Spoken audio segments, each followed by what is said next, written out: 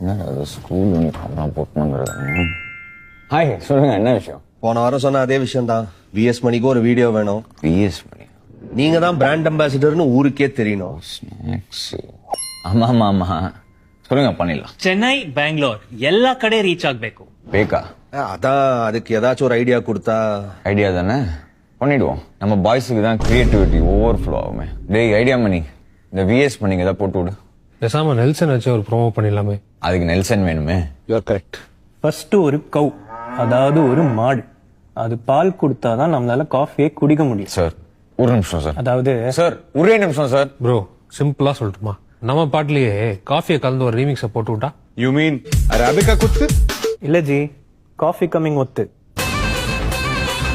கிழிஞ்சு